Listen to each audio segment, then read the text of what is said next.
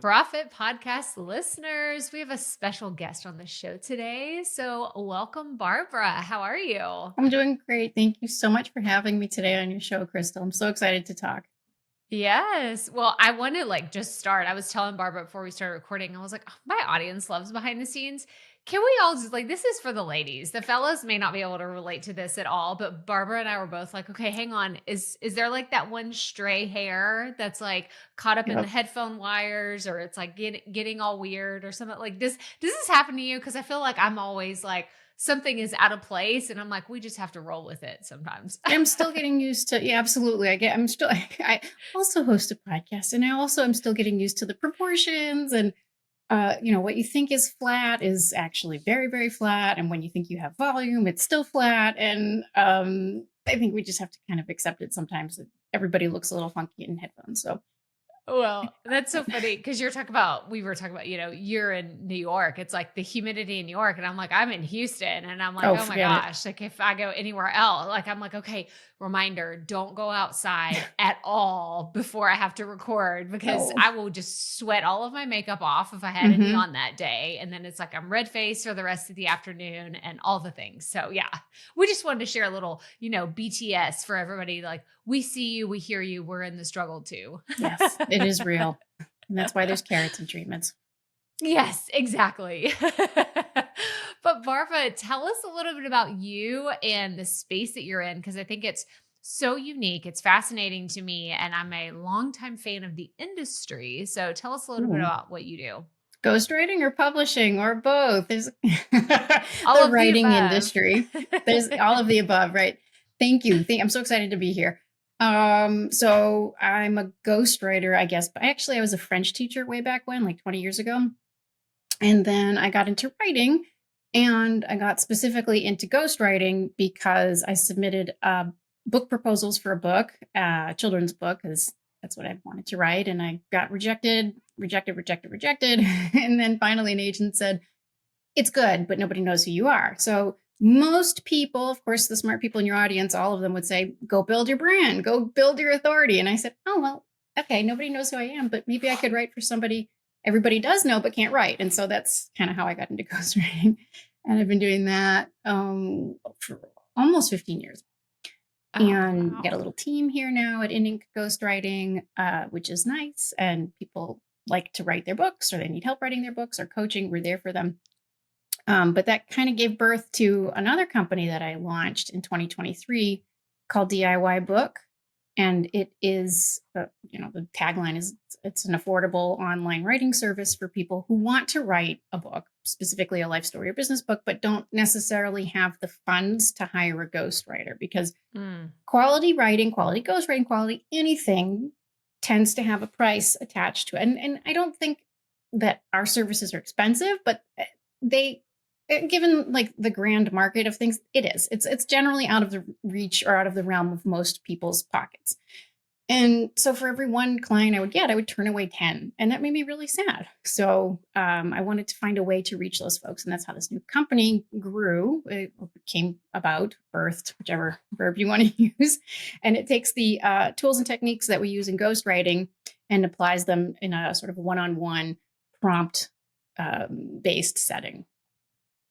This is so fascinating to me. So like I said, I'm obsessed with this industry. So a little backstory for me, I've self-published 2 books on my own, and one in 2017 and the other I launched in 2020. And I'm just going to tell you all the things that are probably going to make you cringe. And I really haven't told too much of this story, but I'm like, the first one I wrote, and then I had my husband's grandmother and my sister-in-law, they were my editors, because I was like, I don't know what the heck I'm doing. And I can't afford to pay anybody to do to help me with this. So I'm going to have them do it. And I mean, my husband's grandma was like, I had said, "Do you want me to email it to you?" And she was like, "Absolutely not. Like, I want the actual printed, 200 page, like whatever this Oh thing my is, goodness. sent to me."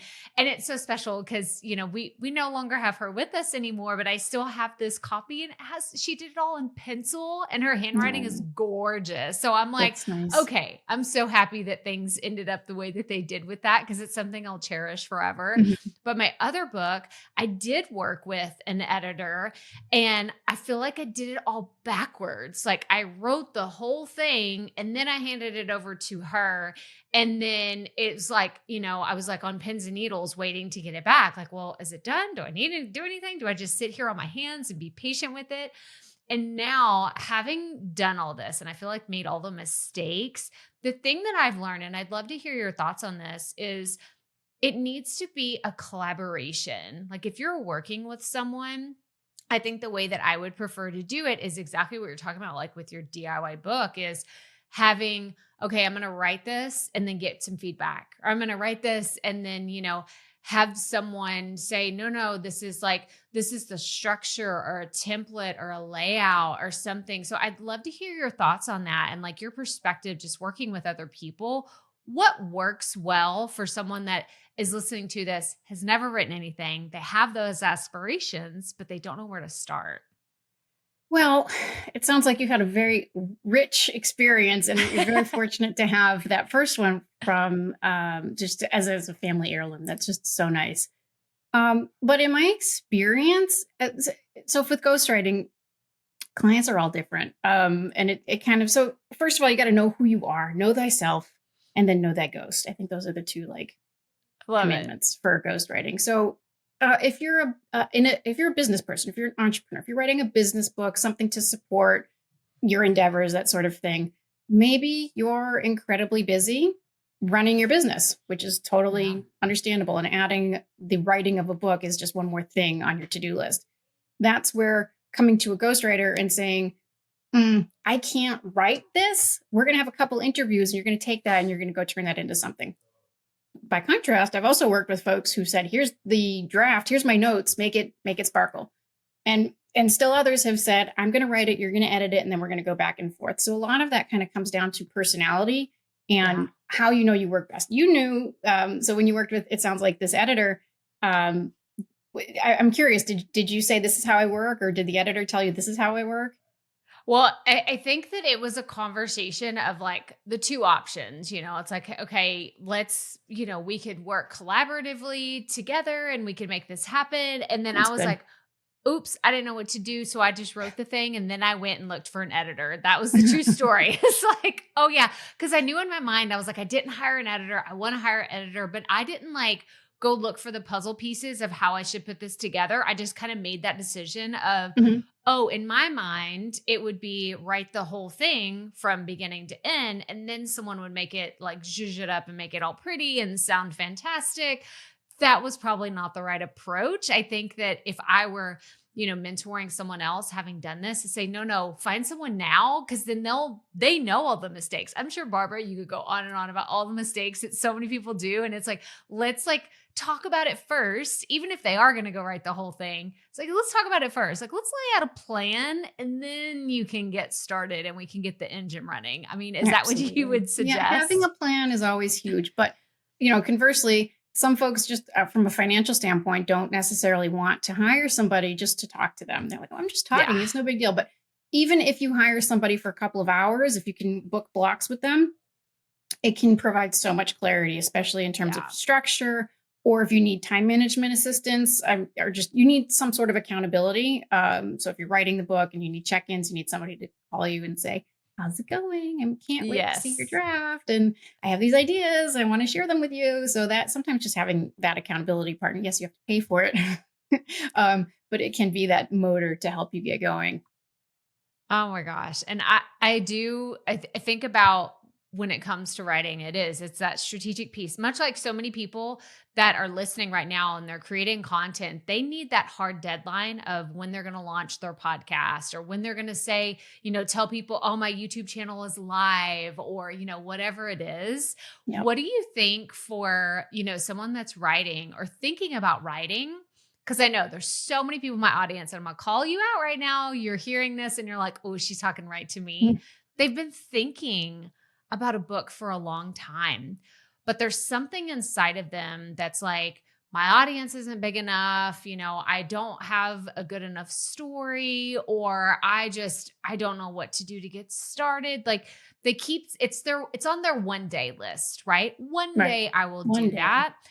I know. Do you have any advice for them? Like just to kind of get them to kind of put some more concrete plans or ideas around their book idea? Definitely. So I would say it's never too late to write your book and it's never too early to start. However, I would say that if you're still not super sure, if you have a vague notion that you want to write a book, that's fabulous. I mean, that's great. And that you want to take on that endeavor is awesome. But then you do need to get a little bit specific. You need to think about who your audience is going to be, what you're writing about. Sometimes these books have a tendency to go in two directions. Maybe it's an entrepreneurial journey, but then you end up talking about something that happened to you 20 years ago. And if you don't bring them back Yeah. together, your audience is going to be confused. You have questions of tone. Am I going to be funny? Am I going to be serious? Am I going to be sarcastic? Like, and can you translate that to the page? Sometimes new authors or people who are new to writing may not pick up on the tone. I'm sure we've had this all happen when we're sending a text message and we look at it and we say, did they mean that seriously or not? And the same thing, of course, happens on the printed page. But I would also say that writing a book is possible. And especially if you're a business owner, you're busy with your kids or whatever you're doing, you're creating content, you can do it. You can build it into your day if you are reasonable with the kind of expectations that you have and that you set those up around yourself. Like you said, if you can build it out and sort of stick with it, but also giving yourself some wiggle room and flexibility to roll with the punches, as they say, because life happens and sometimes you can't account for that. Yes, yes. And I think that it's good to just have like, and this is one of those things, it feels weird to say this out loud, but it really is the true reason why I wanted to write a book is I just wanted to see my name on a book spine. Like, is that so silly? Like, I feel like that was the thing that I was like, how cool would that be? And it didn't even have to be in like the Barnes and Noble or like a local bookstore. I was like, what if I just printed a book and it had my name on the spine? Like, what it was like a bucket list thing for me. So is that like, do you hear people say that, or am I like the only one No, that I've does definitely that? heard that. And that's understandable because, and why do we feel that way when we see our Right. name, or our name ends up on the cover of a book? Why? Because we understand that writing a book is hard. We Yeah. all speak the same language, or speak different languages, whatever it is, whatever language you're writing in. Writing is not the same as speaking, as you know. There's a reason why podcasts, you are in the business that you are because it is successful and we can communicate that way. And then taking it the next step is not impossible, but it can be challenging. And so seeing that is just validation that you did a hard thing. And Yeah. I get it, totally get it. Yeah, and it's really funny too, because when you tell people that you've written a book, much like you were just saying, like if you tell people you start a podcast, you like your friends and your family, they're like, "Oh my gosh, I would never do that, or I could Right. never do that. That sounds impossible." And I know, again, I'm like, I feel like I'm attacking those of y'all today that have said for years that you want to publish a book. You've just been saying, yeah, that feels impossible or that seems impossible, but I bet Barbara could give us some tips on what you could do. So let's picture the person that's listening to this who also says, I want to start Mhm. a book. What if they have a whole catalog of content right now and it either lives in audio format or in a YouTube format? And it's just, maybe it's not inclusive of everything they would want to put into a book. Maybe it's way more than that. But is there like a first step that they could take to get that first thing in motion? Like, what would they need to do if they're listening and they're like, I really think I want to do that, but I don't even know what the first step is. Well, it's actually pretty serendipitous that you mentioned that. I was just on a podcast recently with Jim James. I think it was either he was on mine or I was on his, either way. But we were talking about turning podcasts into books because he has done that.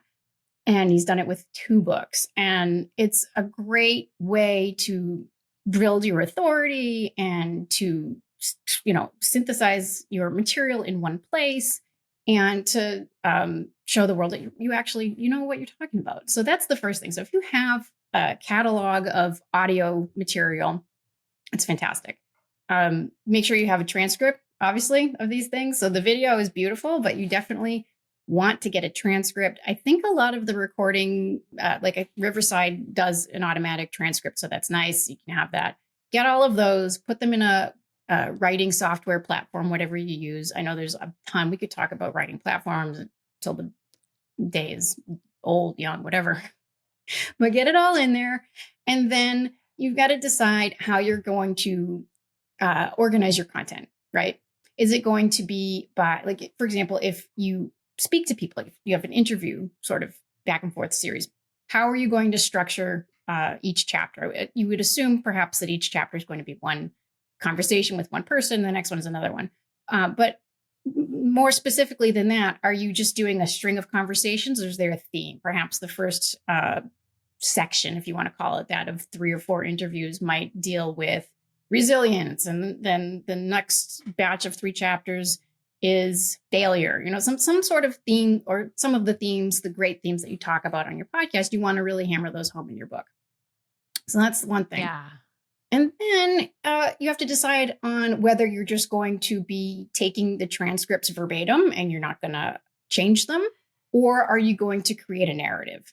So, me, I like a narrative because, I can read a transcript it exists, but to get the author's thoughts and analysis of the conversation, I think brings something to it that you're not going to just get from the podcast. So like if you're trying to get a book buyer to buy the book, like what are they getting that they can't get with the podcast? With the podcast, they can see the transcript. That's cool.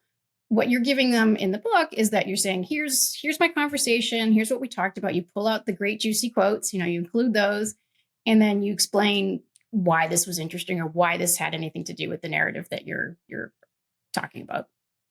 So, Yeah. and then, then you got to write the thing. Yes. And that's when most people are like, oh, you had me up until you're like, Yeah, right. oh, I'm going to write the thing. I have to make it happen. Like I have to actually do something with it. And I think it just comes from a place of there's so many options, right? Especially for, we're talking to those of you that have been, your seasoned content creators, that you could easily take what you have and turn it into a book. But again, I think that there's a piece of it that's like overwhelm, or that idea has already been done, or, like who's going to buy my book when they can buy X, Y, and Z authors. And I think that what's so unique about books, and I'd love to hear your perspective on this, is that it's not the same story for everybody. And it's why I love books. I personally love nonfiction, business development, personal development, marketing books. Like, I could go, memoirs is really my sweet spot. I love a memoir. And for whatever reason, a comedy memoir is just right up my alley. Like Mindy Kaling's books are my favorite. Like those are the best memoirs. I recommend to everybody. Please go read them. They're so smart. They're so funny.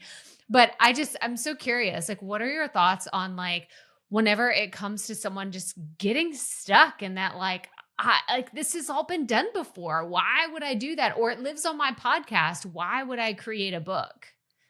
Well, that sounds kind of like imposter syndrome, right? Where we're like, oh, I'm not good enough, or why it already exists. I don't have to do it. But actually, to your point, you said one of your favorite genres to read is memoir. Why? And that's not unusual. A lot of people love memoir or celebrity memoir of somebody who did something extraordinary. And the reason why is because we all have this shared experience of being human. However, we all have very different experiences with our time on Earth, and we like reading about them, and we like seeing people overcome things or how they deal with tragedy, these universal elements of our humanity, and whether they're funny or tragic or sad or some combination therein. Each one is unique. Your story, though it may be similar to somebody else, is not going to be the same. And your takeaways, right? What you've learned are going to be different. You could have 2 people have the same experience, and then you say, all right, tell me what you learned. And they could have drastically different opinions on that. So that is one thing, is to just say, you know what? It's okay. Also, if you're writing a business book or you're writing a how-to thing, like life changes. 2024 is very different than 2020, and 2020 was very different from 2006 or 2008 during the recession, like what people needed to know or felt like they needed help with is drastically different. Yeah. So things change and you can be the voice for that.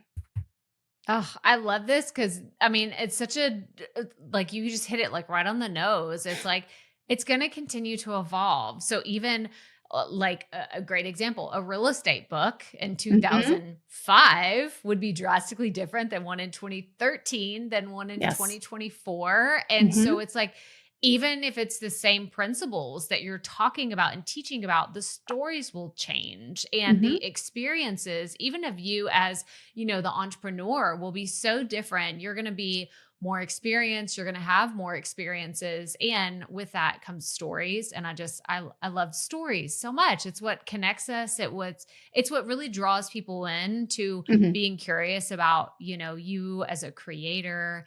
And this is actually brings like segues beautifully. This was not intentional, but I love it when that happens because we need to talk about AI, right? Yes, we do. We need to talk about the place that AI plays into storytelling and writing. And I would just love to hear your thoughts on AI and how that works for you or your clients or just the world of writing.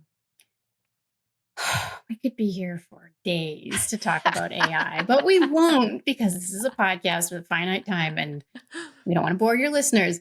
So AI, the big elephant in the writing room. I saw a joke recently. It was like a cartoon. I think maybe it was in the New Yorker. And there's two people walking, and he says, I thought the robots would come and they would take away, my house cooking and cleaning, and I would be free to do my writing and painting. But it turns out AI is doing the writing and painting, and I'm doing the cooking and cleaning. So not what we expected, perhaps, but it wasn't, unpredicted. Like I remember working on books years ago where they said, the change is coming, like get ready. And here it is. And I sort of feel like a lot of us were caught flat footed because it just appeared in Yeah. whatever it was, November 2022, 23, whatever it was. It feels like everything has changed. I've kind of a funny side story. I used to get phone calls to my ghostwriting company all the time from college students who would say, "Oh my God, I have a paper due. Can you do it?" And I would say, "No, no, no, no, no. Go get your F. Goodbye." And the day after ChatGPT came out, I never got another call. So Mhm. we can talk about that. That's separate. People are using it, right? They are. Students are using it. I have a 15-year-old, so she tells me she's actually running a magazine and she got a piece submitted by a student, and she actually said, "You didn't write this. Like you don't sound like this. This is a robot." And he's like, "Yeah." So anyway, so it exists, but as a writer, as somebody like your listeners, can you use it appropriately? How do you use it? Obviously, it's shifting. And how to use it ethically and appropriately is, that's its own discussion. However, I find that it is a wonderful tool. It can Yeah. enhance your storytelling ability, especially if you're in a field where you're not quite sure what your story is. So it can help brainstorm ideas with you, but to actually sit down and say, "Hey, chat, write me X," and it will do it. There's a couple of things. One, we know that AI is prone to hallucinating, where it'll just say gobbledygook. We know it lies, Mhm. it makes things up. And it kind of has, once you've read enough AI, like just straight up programmed AI, you recognize AI. Like it has sentence structures. It really likes Yes. the not only, but this, delve, grapple. Like Delve. there's, Oh my gosh. The unlocking and the mastering and oh my gosh. Yes. but Sorry. it's I great just for LinkedIn. It's wonderful for, that sort of stuff. It's wonderful if you're writing for social media and you need keyword assistance. So that is a great tool for that. It saves, like for me, it saves so much time when I'm just looking for keywords, and it helps me. It will look for them. But it cannot replace your voice. Like it just can't. And it yeah. also, if you're writing about yourself, if you're writing a memoir, thankfully, it's not implanted in your brain yet, so it can't access your memories. So, you can say, "Tell me about me when I was this age and when I ran away from home," whatever. It'll be like, "I got nothing." Um, Yeah. but there are ways that you can prompt it. And actually, I'm working on a series of prompts for DIY book to help people who want to use AI in their writing, how to, because you can just go to AI. I'm sure you know this. You go and you can ask it a question and it'll spit something back. But there is actually an art to creating a prompt that will generate material that is actually useful and not junky. Yeah. So I'm working on those because there are going to be people who want to write a book. They sit down in front of a screen and they freeze up. And even if they're Yeah. working with AI, they'll be like, what's the point? Why am I doing this? So if they can use AI as a tool, that's amazing. There's also other people who find that the very act of writing itself is important. And I feel this way too. The act of writing is cathartic, whether it's Mhm. published or it's something that you keep for yourself. And so to introduce AI into the mix for them, it feels like it's muddying the waters and this takes away from the experience. Yeah, and I'm a journaler myself, and I love like a handwritten journal. I have 2 and I carry them with me everywhere, and my husband's like, Oops, you could like mine like here. type that." Yeah, I was gonna say, he's like, you can type that, right? Like you don't have to do all the things that you're doing. I still have a paper planner. Like call me old Hmm. school. It's like I like the physical act of writing something down. It is cathartic. It is therapeutic for me. And I still even handwrite my emails, and people are like, "Wait, what?" I'm like, "Yes, it's the weirdest thing. It's my weekly newsletters. I handwrite them first, then I, zhuzh them up and make them all pretty and do all the things to them later." But for me, writing just has such a special place. And I think that AI, to your point about being a tool, this is my favorite, like, especially whenever it comes to planning. So I could imagine for a DIY book, you could have like, okay, you want to publish this book, like when you want to publish it, like boom, it could spit out like this is how often you have to write and how many words you should write per day and how you can make Hmm. that happen. And I just love the accountability that comes with it. But oh, the lies and the delving and the diving into and the unlocking and mastering and all the things, like, it Yeah, drives me all of that. bonkers, drives me bonkers. Well, to your point about actually handwriting, like holding a pencil, there's studies that have been done that show when you hold a pencil and you write something, even if it's doodles, you're activating neurons in your brain and you're making your brain stronger. So you're actually getting smarter when you're physically writing. You don't have to actually do this. I mean, even just typing. Actually, I take that back. I'm not sure if it has the same benefit, but if you just doodle with your pencil, it's beneficial. But if you don't want to write hand with your hand, pencil, paper sort of thing, reading widely also activates your brain, but in book format, not on the Kindle. So that's kind of going back old school. But there are studies that show that reading something on a screen is not as doesn't activate your brain as much as reading something that you have to flip pages and things. It's not as active. Go figure. Okay. Yeah. I love this. I love this, like the different formats, because it's so helpful for people that are, creating content, because they're like, should I do audio? Do I do blogs? Do I do video? And I do think that it should have that multifaceted approach. And it's why I love books, because books can have that appeal, whether Mhm. it's, a paperback book, it's a hardcover book, it's a, Kindle.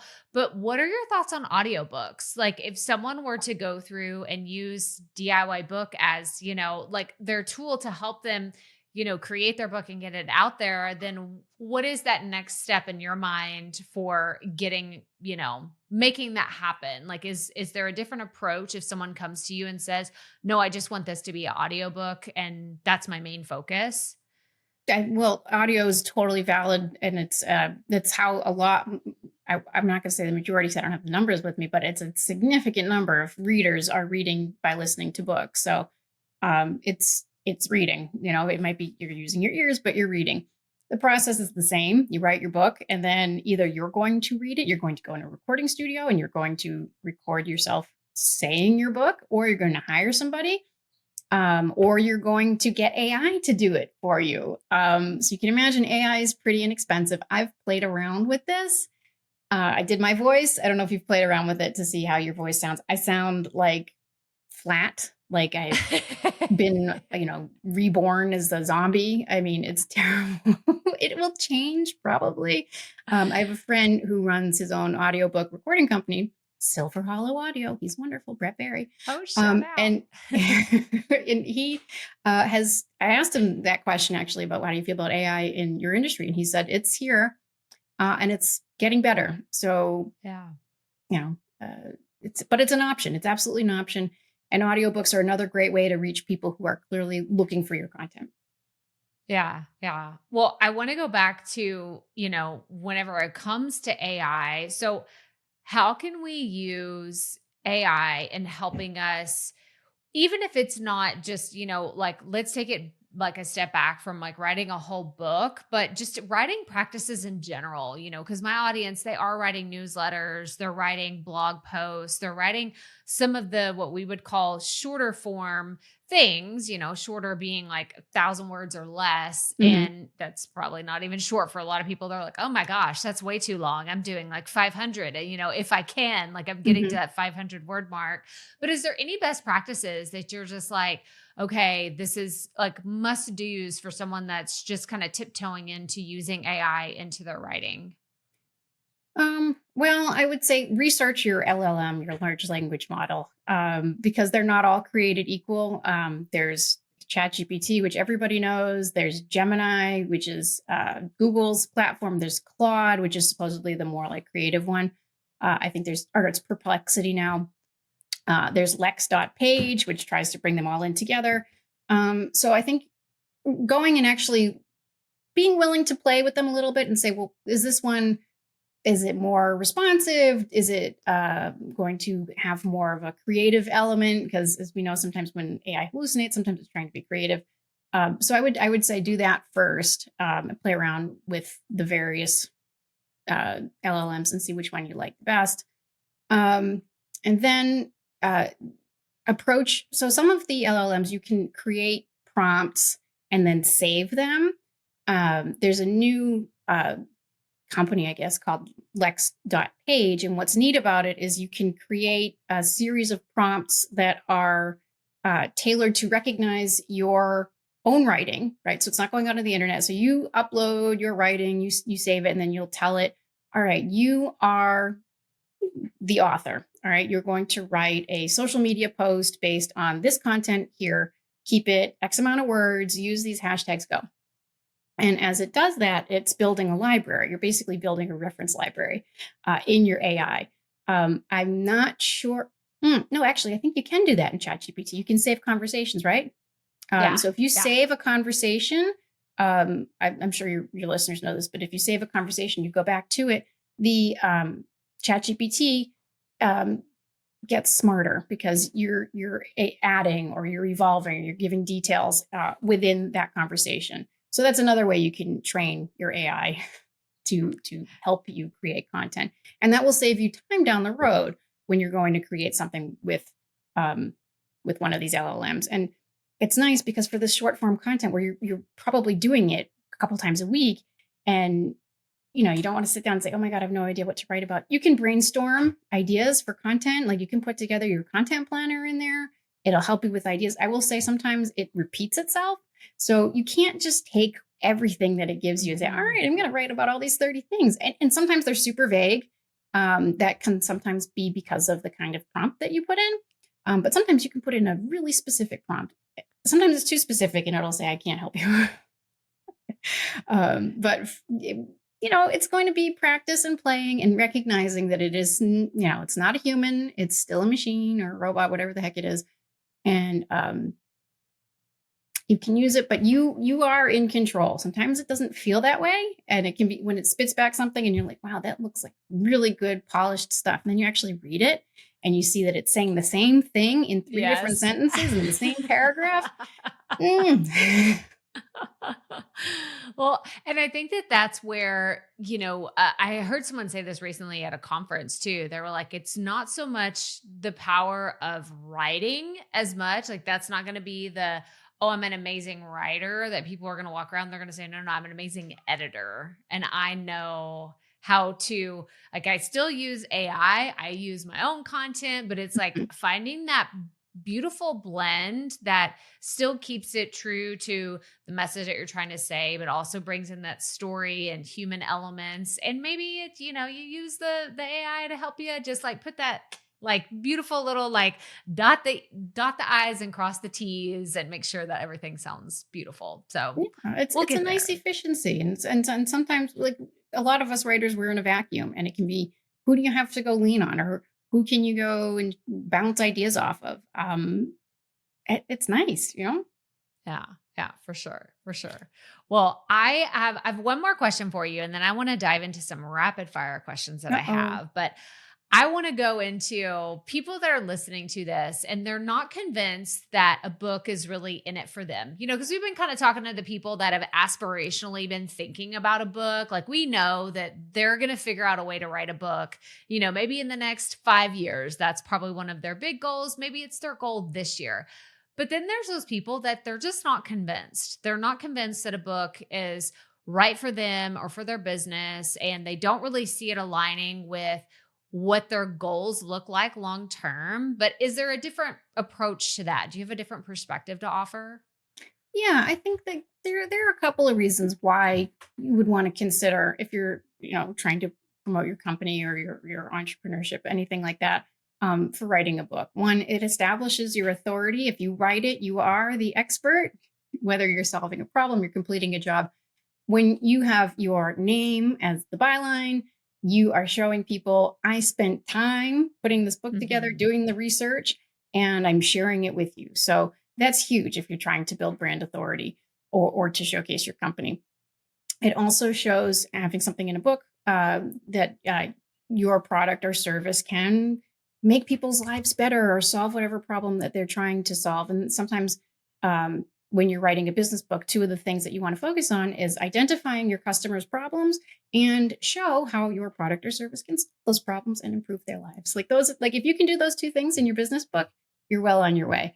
And it doesn't have to be long. Like people think, oh my God, I have to write super long, 50,000 words. Yes. No, you don't, because people don't read long anymore. Yeah. You'll be fine with 30,000, 40,000 words. So that's the second one. Third, I would say a physical book will elevate your authority. Like ebooks are great. I think they're wonderful. They have a huge place. They're especially great for lead generation. If you have them on your website, they're wonderful. But actually doing a physical book as well, or if you do a physical book and then you do your Kindle, you're showing folks that you took the time to not only write it, but to get it printed, whether you did it independently or you're with a publisher. And that takes dedication. So that's, that kind of goes back to the first one. It elevates your authority, but also your seriousness. And I think finally, having a book will increase your networking opportunities, that you can connect with other professionals, industry leaders, and will just elevate your visibility even more.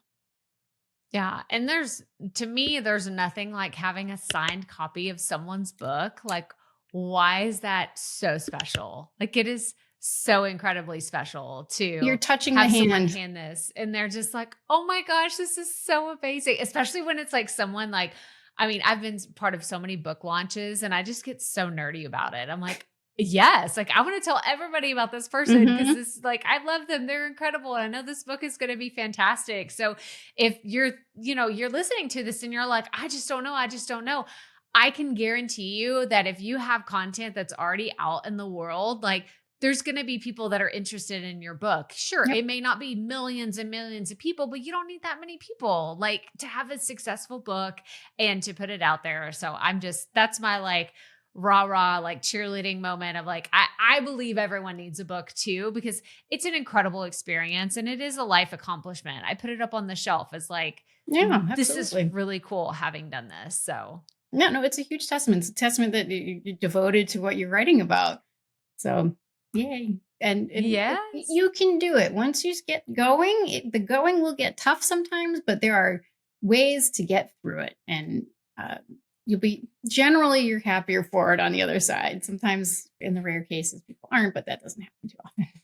Yes, yes. Oh, Barbara, I could nerd out about 50 other questions I have about writing, but I want to get to these rapid fire Okay. questions. So I promise they will be painless. They're not going to be painful. Famous The last first, words. right. But you're good with words. So you're good. Like you're in We'll good see. company. One is, what piece of advice would you give to a brand new podcaster or a content creator? Ooh, listen widely and read widely. You can learn from everything. Oh, that's really good. I like that. The next one's a two-parter. So the first one is, what is the dream podcast you would love to be on? And who is your dream podcast guest you would love to interview? Hard. Dream podcast to be on? Well, yours, of course. And I think my dream guest, oh boy, I think would be, this is going to be weird, but it's going to be Voltaire, French Oh, Enlightenment author. So I was a French major in undergrad and grad school, and when we read Candide, when I was in 10th grade or whatever it was, I just fell in love, one, with the French language, but also with his style of writing, with his philosophy, and his maxims. And of course, he had to flee France and all that. So I would love to just like pick his brain, see what he thinks about 2024. oh my gosh, I love that. And remind me, when did he live? He was He in 1700s. the 1700s. That's what I was Yeah. thinking. I was like, 1500s felt too far back, but oh my gosh, I No, love that's what a that's a great little. one. He's pre-revolution, so he was actually born. I'm going to tell you because like that would be bad. 17. Oh, sorry, he was born in 1694 and he died in 1778. So he actually died right before the French Revolution. Didn't Wow. get to see it. Yeah. He was a Yeah, friend but of Catherine the still, Great. He's buried at the Pantheon, Paris, which is going to be hot this summer. that's so awesome. Yes. Like, what a fantastic guest. Like, I mean, I would love to hear that conversation too. Oh, religious Okay. intolerance, freedom, literary freedom, all of those things. I mean, some of these issues just have not gone away. No, that's what I was going to say. Like, what has really changed? Has anything changed? I Style. mean, yes, here's electricity, air conditioning. Like, I mean, come on, because it's going to be hot. Like, just come Yep. in for the summer and hang out, and then we'll Yep. have lots of fun. And let's chat. And then my last question is, do you consider yourself a perfectionist? I've tried, look, I gave myself an ulcer, so maybe. So I think with my work and with my output, like with my writing, I feel because that is my calling card, it has to be the best it can possibly be. And that can be nerve wracking, especially when you're writing in the voice of somebody else. So for that, yes. But then I think there has to be a balance. So the rest of my life sometimes can feel a little like I've just let it go. And it's really a release. It's like a mental release. So Yeah. might be Yeah. why I like to run a lot too, just to let off steam. Oh, that's so good. It's so good. Yes. And you are in good company. I feel like there's varying degrees of perfectionism that runs rampant among us creators, Mhm. but I think it's just getting past we just got to hit publish and move on. Oh, And it's so sometimes that's the true. hardest piece. And sometimes that's the hardest piece. And maybe that's why people haven't written their books yet, because they're like, it's not perfect. But guess what? Y'all It could work doesn't. with Barbara. You could work with Barbara. And so tell us more about, someone's listening to this and they're like, I think that, this was the thing that I needed to hear to get going on their book. Like, what are the next steps? Well, if they want to write their book themselves, they don't need me.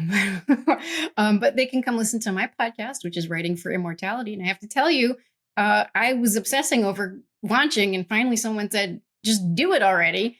And I did. And I'm very, very happy that that person kicked my butt a little bit. So, yes, Krystal is right. Um, but if you need help, varying degrees of help, you can come see me at diybook.us.